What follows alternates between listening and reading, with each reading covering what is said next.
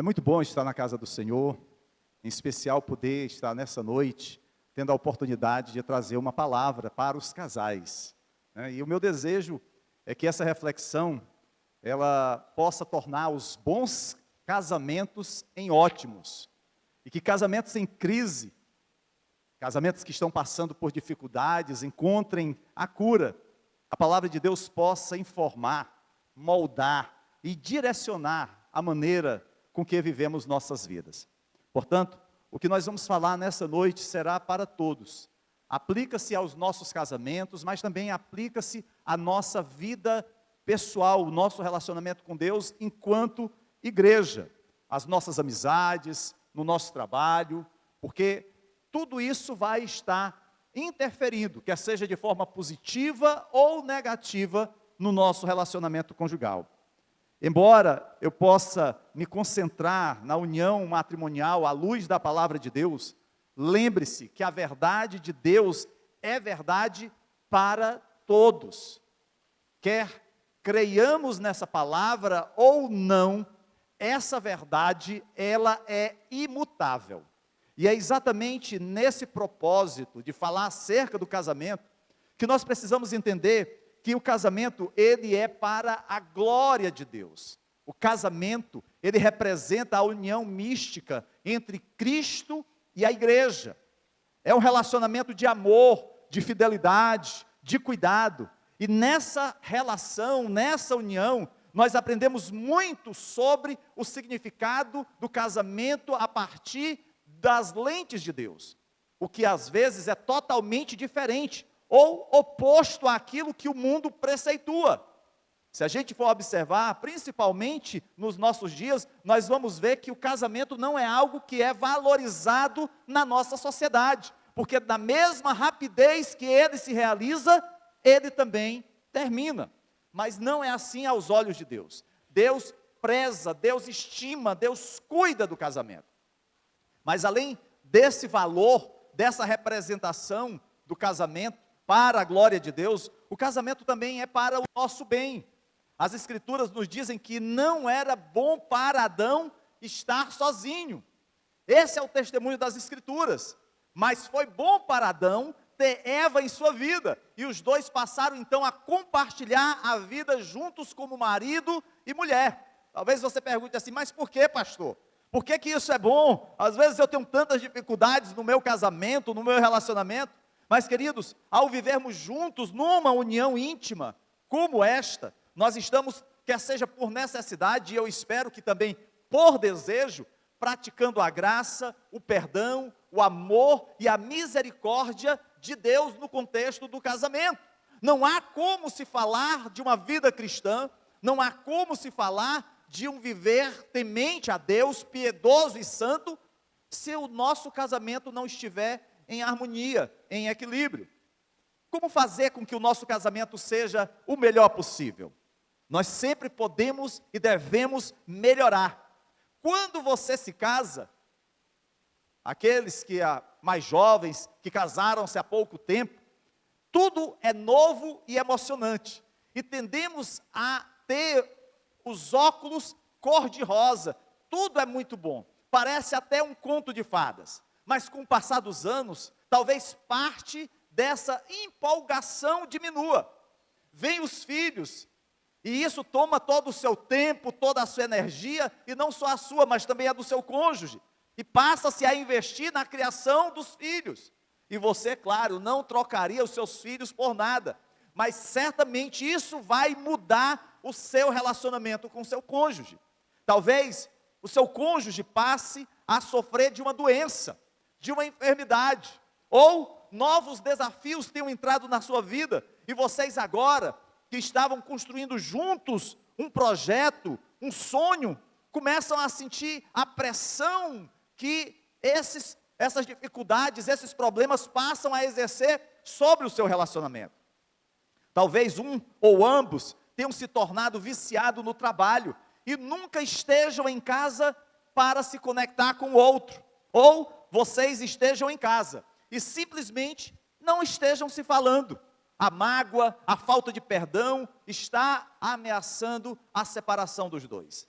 Essa talvez seja a situação de muitos, infelizmente. E aí você pergunta, pastor, como nós vamos superar esses problemas? Como fazemos para que os nossos casamentos sejam os melhores possíveis?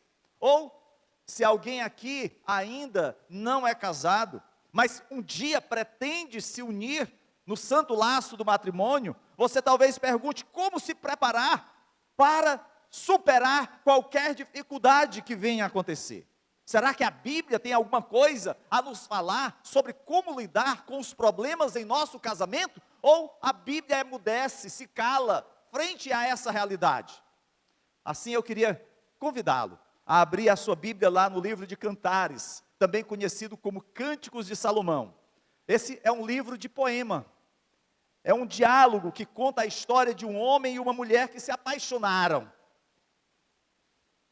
Representa talvez a sua união, o momento em que você esteve ali apaixonado, e aí você diga assim, será que essa paixão, ela não continua a arder no meu coração? Esse livro fala do noivado, do casamento, do amor, mas também das lutas. Aqueles dois jovens compartilharam seus sentimentos em detalhes íntimos, e através do relacionamento que é narrado, aprendemos sobre o amor, o casamento e a intimidade sexual do ponto de vista de Deus. Acompanhe então a leitura do capítulo 2, versículo 15, um único versículo em Cantares de Salomão. Diz assim a palavra do Senhor: apanhem para nós as raposas, as rapozinhas que estragam as vinhas, pois as nossas vinhas estão floridas. Pequenas raposas, queridos, parecem inofensivas, mas podem causar grandes danos. A nossa vida, o nosso casamento tem disso. Grandes coisas raramente não nos derrubam com facilidade, mas são principalmente os pequenos problemas, especialmente depois que eles repetidamente acontecem e agravam-se, que causam grandes prejuízos. Há raposinhas que trabalham em nossos casamentos, nas nossas amizades, na nossa família e até mesmo na igreja. Claro que aqui, Salomão não está falando de uma raposa, do animal propriamente dito, mas de pequenos problemas que acabam causando grandes prejuízos à medida que roubam a nossa esperança, destroem a nossa alegria e fragilizam o nosso amor. A maioria de nós, quando vê uma raposa, principalmente aquelas pessoas que tiveram, por exemplo, lidar no interior, no campo, podem olhar para ela e pensar na sua beleza, de pele avermelhada ou cinzenta, ou quando representada, por exemplo, nos desenhos infantis, uma coisa muito fofa. A raposa, queridos, ela é considerada um dos animais mais astutos e inteligentes, porém, na Bíblia, ela não tem uma reputação muito boa, sendo vista como sinal de desonestidade e sendo prejudicial. É por isso que lá no Antigo Testamento, no livro do profeta Ezequiel, capítulo 13, verso 4, os falsos profetas eram chamados de raposas. Diz assim: os teus profetas, ó Israel, são como raposas entre as ruínas. No Novo Testamento, lá no Evangelho de Lucas, capítulo 13, verso 32, Jesus se referiu a Herodes como aquela raposa. Essas são algumas das raposas descritas nas Escrituras. Homens maus que se opuseram à obra de Deus e foram perseguidores, inimigos do seu povo. Mas, quando nós nos voltamos a esse texto de Cantares, capítulo 2, verso 15, essas pequenas raposas podem ser bastante ameaçadoras, trazendo grandes prejuízos à vinha. O livro de Cantares é um livro de poesia, como nós dissemos, e Salomão, muitas vezes, ele faz uso de metáforas para transmitir uma ideia, e essa passagem é exatamente isso. Salomão nos transmite a ideia de que mesmo os pequenos problemas, que são as raposas, podem provocar grandes prejuízos, ou seja, destruir a vinha, que é valiosa, que é o nosso casamento. E se nós não tratarmos, certamente nós vamos ter sérios problemas, desgastes e prejuízos. Talvez você diga assim: ah, pastor, mas Eu já vi vários casamentos fracassarem por conta de traição, de adultério, é verdade. Mas, queridos, antes de que esse momento chegasse, pequenas situações foram se acumulando e não foram sendo tratadas. E isso se dá porque é mais fácil a gente ver as grandes coisas chegando e aí nós tentamos sair do caminho. Mas se nós não tivermos cuidado, são os pequenos problemas que nos cegam e nos pegam de surpresa. Por exemplo, algo tão pequeno como um vírus pode arruinar a saúde ou até mesmo tirar a vida. Nós sentimos isso nesses anos de pandemia, quando mais de 600 mil brasileiros perderam a sua vida. Um único vírus. Em um número suficiente, algo tão pequeno quanto um carrapato pode matar algo tão grande quanto um boi. E algo tão pequeno quanto um cupim pode destruir uma casa. Assim, queridos, é com as raposinhas no nosso relacionamento conjugal. Em Cantares, há um diálogo entre um casal que desejava que seu relacionamento fosse duradouro e amoroso, como acredito que todos que aqui estão também têm este projeto, este sonho. Aqueles que me antecederam, no momento da sua apresentação, falaram exatamente isso. Casados para sempre, no sentido de que até que a morte os separe. E esse é o sentimento que todos nós temos, de que o nosso casamento seja duradouro. Não seja na perspectiva desse mundo, que diz que o amor seja eterno enquanto dure. Não. O nosso amor não está vinculado a apenas uma paixão passageira, mas é algo que constantemente nós estamos a nele investir. O narrador exorta para que se peguem as pequenas raposas, a fim de que elas não prejudiquem a videira. Aquelas raposas, elas sorrateiramente adentravam o vinhedo, pisoteavam e mastigavam as uvas. Essas raposas atrapalhavam o crescimento das videiras e estragavam os seus frutos. Em outras palavras, o Senhor está nos dizer que muitas vezes nós permitimos que pequenas irritações, pequenos problemas ou pequenos pecados socorram. Nós não os confrontamos, mas os aceitamos. E eventualmente, essas pequenas irritações são agravadas, até que se tornam uma grande irritação. O aviso para nós é que as pequenas raposas do pecado, que parecem tão inofensivas, se não forem controladas, se não forem eliminadas, se transformarão em algo que causará grande prejuízo no seu relacionamento. Aí você poderia perguntar, pastor, mas quais são as raposinhas do nosso casamento, que estão como que destruindo o nosso relacionamento conjugal? Quais são esses pequenos pecados que não são facilmente vistos, ou até mesmo são tolerados, são aceitos? O que é que essas raposinhas têm realizado, que tem trazido tamanho dano no meu casamento? Em 2018, quando eu e a Osana coordenávamos o Ministério de Casais aqui da Gilead José Walter, em um dos nossos cultos, nós aplicamos uma dinâmica, cujo objetivo foi exatamente identificar as raposinhas que estavam destruindo a vinha, ou seja, destruindo o casamento. Cada homem e cada mulher recebeu um pequeno pedaço de papel e ali anotou qual era o problema que ele identificava no seu dia a dia do seu casamento, que estava gerando tanto mal. Depois fizemos 2 grupos, dos homens e das mulheres. E aí então, as mulheres, elas elencaram quais eram os problemas que mais se repetiram, de todas que estavam ali, e o mesmo que fizeram os homens. E depois então nós comentamos e vimos o que é que a gente poderia fazer. E aí eu procurei lembrar exatamente algum daqueles problemas que foram citados, e que talvez sejam problemas que hoje ainda estejam a incomodar você, ou outros que nós relacionamos, quer seja pela nossa experiência conjugal, eu e de Osana, quer seja por aquilo que já ouvimos sendo compartilhado no gabinete pastoral. E é claro que o objetivo aqui não é citar nomes de quem quer que seja, mas a partir daquilo que nós observamos, ver como nós com isso nos identificamos e o que fazer para vencer essas raposas. A primeira raposa que nós gostaríamos de citar aqui é uma pequena mentira. Não uma grande mentira suficiente para fazer a nossa consciência gritar e para assustar a si mesmo e as pessoas que sabem dela.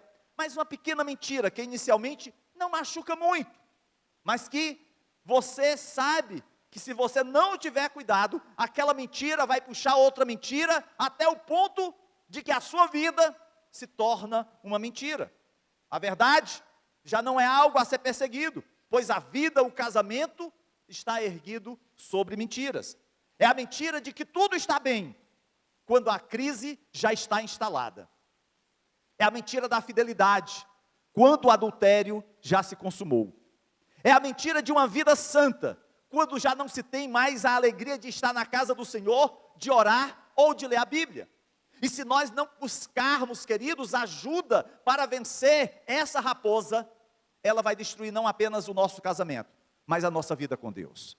Há uma outra raposa, um pequeno gole de bebida, ou um trago, era apenas um copo ou um cigarro, algo aparentemente controlável. Diriam esses que estão sendo assediados por essa raposinha, deixo na hora que eu quiser. Mas, queridos, a armadilha já foi montada, e a presa não tem como sair. Essa raposinha causa estragos que no início não são percebidos, e quando menos se espera, a pessoa está engodada no emaranhado de dívidas, violência doméstica, perda do trabalho, abandono da comunhão dos irmãos, e desejando porções cada vez maiores da bebida ou das drogas para saciar o seu vício. Esse é o tipo do problema, essa é a raposa que é silenciosa, que procura esconder de tudo, de todos, mas não esconde de Deus. E chega um momento que é visível para todos. Terceira raposa, um pequeno descontrole emocional. Você falou ou agiu no calor das emoções. O domínio próprio, que é uma das características do fruto do Espírito, foi deixado de lado. Essa raposa gera agressividade com a esposa, com o marido, com os filhos, com os irmãos. E você se isola, pois todos estão errados. Você é a única pessoa que está certa. O seu temperamento explosivo faz com que as pessoas também se afastem de você. Essa pequena raposa, se não controlada, causará grandes estragos na sua vida e nas pessoas ao seu redor. São verdadeiros celungas, são pessoas que não têm domínio próprio, acham que podem dispor dos outros do jeito que querem. A quarta raposa é um pequeno tempo em sites pornográficos. Num primeiro momento, foi sem querer. Você recebeu uma imagem ou um vídeo nas suas redes sociais. Mas aquela atitude gerou em você o interesse de mergulhar mais fundo no lamaçal disponível a um clicar no celular. Essa raposinha, queridos, tem destruído casamentos e a vida espiritual de muitos. Pessoas cada vez mais se sentem presas por esse tipo de vício que está tão fácil à nossa disposição. Quinta raposa, um pequeno tempo sem sexo. Aparentemente isso poderia passar despercebido, pois em algumas circunstâncias isso é tolerável. Uma doença, o cansaço, consagração, aleluias. O problema, queridos, é quando o pouco tempo se torna uma grande lacuna, ou até mesmo a ausência de sexo entre o casal. Sempre há uma desculpa. Dor de cabeça. Ai, Deus, o dia foi tão cansativo. Os meninos estão insuportáveis. A igreja me toma todo o tempo. E as minhas energias. Ora, já esqueceu que nós fizemos sexo há 2 meses atrás? Queridos, eu sei que essa é uma área muito reservada do casal. Porém, também ela é muito explorada pelo inimigo para incitar o uso da pornografia e do adultério. Isso aqui está relacionado com a raposinha da pornografia. Infelizmente, alguns homens, por sua vez, não são carinhosos com as suas esposas e agem como se elas fossem objetos da sua satisfação. Não tem cuidado com a higiene. Não toma um banho, não bota um perfume, não tira a barba. Não tem cuidado com a apresentação. Pega aquela camisa rasgada, manchada, né? Bota aquela cerola mais velha, olha só, mais velha possível, né? Aí deita na cama e diz, o gostosão está te esperando. Só se for para levar uma sova, né? E ainda aqueles que são egoístas e só pensam em si, né? São rápidos. Quando a esposa está começando a esquentar, diz, já foi. Queridos, essa é uma raposa perigosa, e que muitas vezes a gente não está apercebido do estrago que ela tem feito em muitos casamentos, porque a gente tem receio de falar sobre isso. Sexta raposa, um pequeno mau hábito. Quantas situações poderiam não ser vistas por uma pessoa fora do nosso casamento, como algo corriqueiro, mas para alguém que convive diariamente, uma toalha deixada em cima da cama, uma tampa de privada levantada, atraso constante aos compromissos pela indecisão de que roupa usar e já experimentou 5. E a dúvida ainda persiste, vale salientar. Ou pelo descontrole nas compras, não vejo a hora de terminar o culto e ir para o mercantil. Por sujar a louça e não lavar, por não cuidar dos filhos, por fazer programas ou assumir compromissos sem compartilhar com o seu cônjuge. O pior, às vezes, é a despesa, né? Por não informar as senhas da rede social, por deixar a cueca ou a calcinha usada em qualquer lugar, menos na cesta de roupa suja. Queridos, são pequenos problemas que causam grandes prejuízos. No início, vão passando, mas com o andar da carruagem, isso vai se agravando. Sétima raposa, uma pequena falta de elogio, de gratidão, a falta do reconhecimento daquilo que foi feito pelo seu cônjuge, ou o esforço dele para lhe agradar, é algo que com o passar dos anos se torna muito comum. Passamos a achar que a gentileza, ou a ajuda em alguma atividade, principalmente as domésticas, são obrigações, deveres, não sendo motivo de agradecimento ou elogio. Olha, hoje eu lavei uma pilha de louça, foram 2 horas naquela pia, né? E como é bom ouvir da minha esposa, meu filho, parabéns, se você não tivesse lavado essa louça, meu Deus, o que seria, né? Ou quando a sua esposa faz aquele cozido gostoso, no capricho, com muitos legumes, aquele caldo grosso, meu Deus, você coloca, que delícia! Aí você faz aquele elogio. Ou quando ela volta do cabeleireiro e lhe pergunta o que é que você achou, e você diz assim, de quê? Merece peia, né, um cabra desse?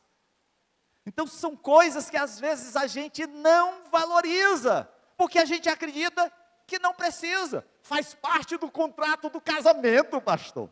Mas amados, como é bom você fazer declarações como, você está bonita, eu te amo, obrigado pelo jantar delicioso, sua ajuda foi importante, eita, hoje você, foi forte. E silenciosamente, queridos, quando nós não fazemos essas declarações, a ausência da gentileza, ela é ocupada pela indiferença.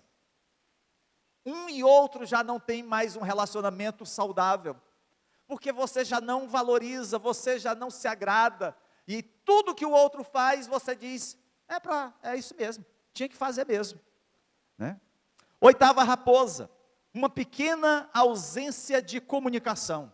Queridos, o diálogo, que era tão comum nos primeiros dias do casamento, agora se limita a alguns monossílabos. Sim, não, tá, legal, oi, vai.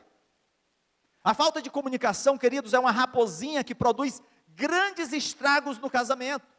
E com o crescimento do uso das redes sociais, o problema tem se agravado. Às vezes, está lá o marido e a esposa na mesma cama, cada um com o seu celular navegando nas suas redes sociais, e assim não se comunicam, não interagem, vivem em mundos opostos com interesses, projetos e realizações antagônicas. Essa é uma raposa, queridos, que infelizmente não tem agido só no casamento, mas também no relacionamento com Deus. Nós não mais nos comunicamos com o Senhor através da oração, da leitura da palavra, de estar na casa do Senhor.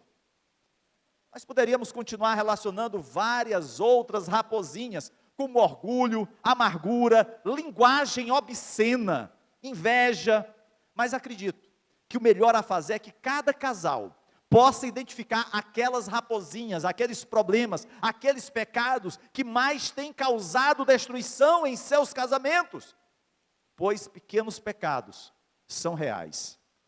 E aqui, quando a gente usa a expressão pequenos pecados, não é no sentido de que o peso deles seja maior ou menor que outros, mas é no sentido de que são pecados do nosso dia a dia que nem sempre a gente está atento para tratá-los, para confrontá-los, para enfrentá-los.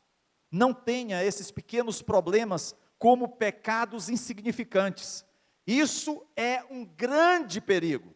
Talvez você possa estar pensando, pastor, você está exagerando. Esse pecado é apenas uma pequena falha, é só uma raposinha. Que mal ela pode fazer?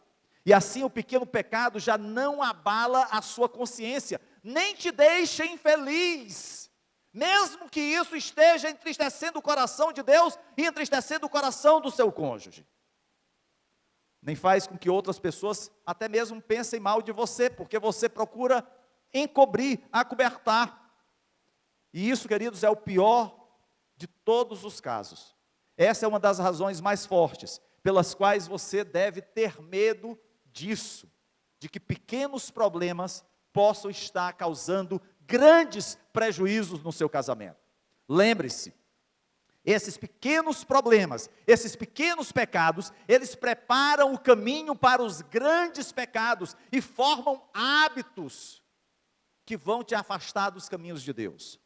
Eu nunca ouvi falar de alguém se tornando um bêbado, um adúltero, um descontrolado, um mentiroso de repente. Foi aos poucos que ele se tornou assim.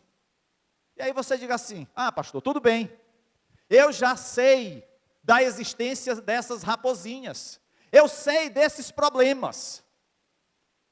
E o que fazer? A primeira coisa, queridos, é descobrir quais e onde estão as raposinhas que estão estragando a sua videira, o seu casamento. E para você descobrir isso, é necessário você conversar com o seu cônjuge, você ouvi-lo, porque às vezes, amados, aquilo que é imperceptível para nós, está sendo visto pelo outro. É a gente dar chance ao nosso cônjuge de falar qual é o pecado, qual é o problema, qual é a dificuldade que está travando o nosso casamento, que a gente não está enxergando, que talvez a gente ache até uma certa normalidade, mas que isso está ameaçando destruir o nosso relacionamento. A segunda coisa é que depois de identificar, você precisa ter a atitude de pegar essas raposas e eliminá-las. O que observamos é que às vezes as pessoas até identificam o problema, mas não tratam do problema. Ao contrário, aceitam aquilo como algo normal, como algo que faz parte mesmo do desgaste do casamento. Depois de anos casados, isso é normal que aconteça. Depois de anos que nós temos convivido, isso vai aparecer. Claro, queridos, que nós não estamos imunes ao pecado. Nós não estamos imunes aos problemas, mas nós não podemos achar normalidade naquilo que não é normal aos olhos de Deus. A terceira coisa que a gente precisa fazer, queridos, é ocupar o espaço que antes era ocupado por esses pequenos pecados, por essas raposinhas. Nós precisamos ocupar com coisas contrárias àquelas atitudes, ou seja, fale a verdade e não a mentira. Fuja do primeiro gole ou do primeiro trago. Tenha domínio próprio. Lute contra a pornografia. Tenha um relacionamento sexual saudável com seu cônjuge. Elogie o seu cônjuge. Invista no diálogo, no perdão. O problema, amados, é que às vezes a gente identifica o pecado, a gente até tira momentaneamente o pecado da nossa vida, do nosso relacionamento, mas não preenche o espaço vazio com coisas positivas, necessárias, úteis ao nosso relacionamento. E se a gente não fizer isso, aquele mal vai voltar. E ele vai voltar mais forte. E talvez vai encontrar o seu cônjuge fragilizado. E vai ser uma porta aberta para um estrago maior. Por isso, coloque em prática a exortação de Gálatas, capítulo 5, versículo 16.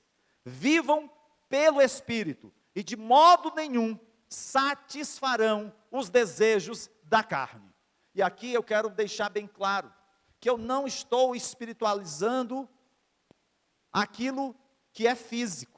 Porque algumas pessoas acham que um casamento se sustenta apenas com uma oração e jejum. Não é verdade, queridos. Casamento é um todo. Tem o lado espiritual, da comunhão, da vida com Deus, mas tem também o relacionamento físico, o relacionamento sexual, o companheirismo, a amizade. Se a gente não tiver essa percepção, a gente vai ter uma percepção não romântica, mas ultra espiritualista. E que com o passar dos tempos, vai acabar levando à destruição. Entregue-se ao Espírito Santo, confie nele, e ele vai lhe dar vitória. Talvez você tenha chegado aqui nessa noite, com raposinhas que têm destruído o seu casamento. Raposinhas que têm mordiscado a sua união. E aí você tem permitido que o passar do tempo seja o remédio. O tempo vai resolver isso. O tempo não resolve.